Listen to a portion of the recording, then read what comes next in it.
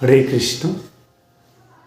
সনাতনী বিশ্বাস এবং জ্যোতিষশাস্ত্র অনুযায়ী চন্দ্রগ্রহণ বা সূর্যগ্রহণের পূর্বে যে অশুভ সময় শুরু হয় সেই সময়কালকে সূতক বলা হয়। চন্দ্রগ্রহণের ক্ষেত্রে গ্রহণ শুরু হওয়ার 3 প্রহর আগে অর্থাৎ 9 ঘন্টা আগে এবং সূর্যগ্রহণ শুরু হওয়ার 4 প্রহর আগে অর্থাৎ 12 ঘন্টা আগে এই সূতককাল শুরু হয়ে থাকে। এই সময় মন্দিরের দরজা বন্ধ রাখতে হয়, বাড়িতে ঠাকুরের আসন পরিষ্কার বস্ত্র দিয়ে ঢেকে রাখতে হয়, পুজো আরতি বিগ্রহ দর্শন স্পর্শ বন্ধ রাখতে হয় এবং এই সময় কোনো মঙ্গল অনুষ্ঠান বা শুভ কাজ করা নিষিদ্ধ। তবে নাম জপ এবং শাস্ত্রপাঠ বিধেয়। এই সময় অনেক সুস্থ সবল ব্যক্তিগণ আহার গ্রহণ পানীয় গ্রহণ এড়িয়ে থাকেন, তবে কেউ কেউ হালকা এবং স্বল্প আহার করে থাকেন। তবে অসুস্থ বৃদ্ধ এবং শিশুর ক্ষেত্রে এই নিয়ম শিথিলযোগ্য। গ্রহণ চলাকালীন বিধিনিষেধ। গ্রহণ চলাকালীন খাদ্য ও পানীয় গ্রহণ নিষিদ্ধ। পাকজাত নয় এমন আহার এবং জলে তুলসী পাতা দিয়ে রাখতে হয়, যাতে গ্রহণের নেতিবাচক প্রভাব খাদ্যে না পড়ে।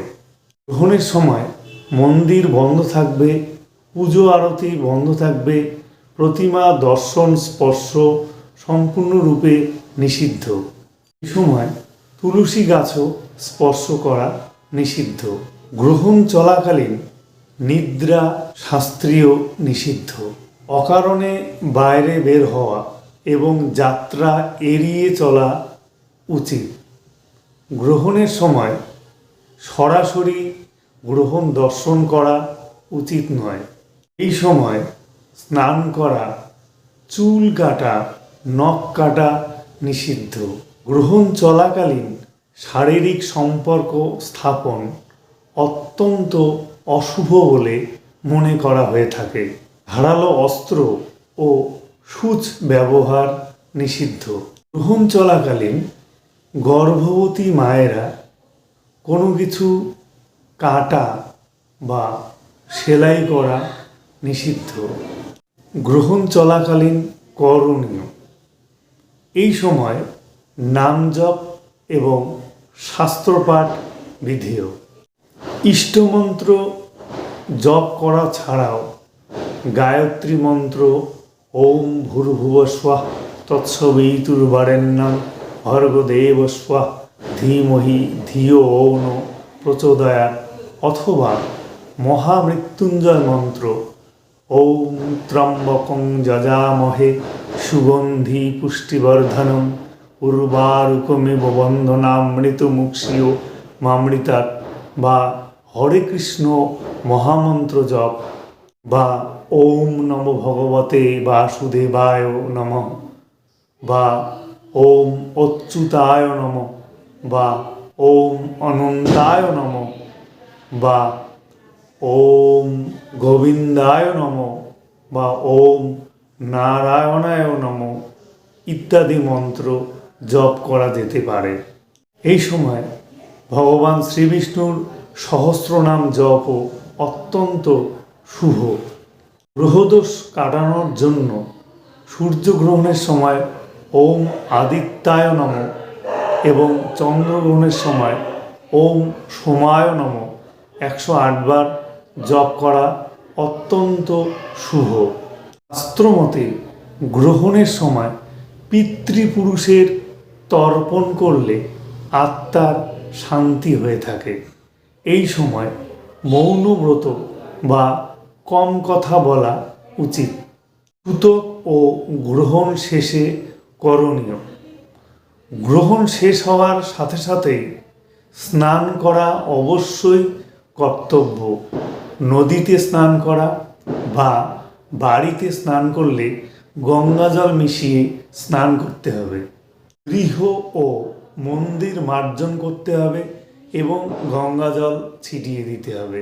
স্নানের পর দেহ ও মনের শুদ্ধির জন্য মন্ত্র বলতে হবে, ওম অপবিত্র পবিত্র বা সর্বাবস্থাঙ্গত পিপা যস্মরেত পুণ্ডরীকাক্ষং সবাজ্য অভ্যন্তরম শুচি ওম শুচি ওম শুচি ওম শুচি। বিগ্রহের বা মূর্তির অভিষেক করাতে হবে, অন্যথায় গঙ্গাজল ছিটিয়ে শুদ্ধ করে নিতে হবে। বিগ্রহ বা মূর্তির বস্ত্র পরিবর্তন করে নতুন বা ধৌত বস্ত্র পরিধান করাতে হবে।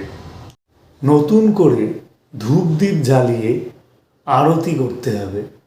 ত্রুটি মার্জনার জন্য মন্ত্রপাঠ করতে হবে, যথা ওম কায়েন বাচা মনসেন্দ্রিয় ঐরবা বুদ্ধাত্মনা বা প্রকৃতের স্বভাবাৎ পরমি যদ্দৎ সকলম পরস্মৈ নারায়ণায়েতি সমর্পয়ামি। সামর্থ্য অনুযায়ী গরিব, ব্রাহ্মণ বা বৈষ্ণবকে চাল, ডাল, তিল বা সাদা বস্ত্রদান অত্যন্ত পুণ্যদায়ক। অদৃশ্য গ্রহণে সূতক কার্যকরী নয় এবং বিধিনিষেধ পালন করবার প্রয়োজন হয় না, তবুও অনেকে পালন করে থাকেন। সনাতনীদের এই সমস্ত রীতিনীতি মানুষের শৃঙ্খলাবোধ ও প্রকৃতির প্রতি শ্রদ্ধা জ্ঞাপনের অন্যতম নজির। হরে কৃষ্ণ। দয়া করে এই অধমের চ্যানেলটিকে সাবস্ক্রাইব করবেন, লাইক এবং শেয়ার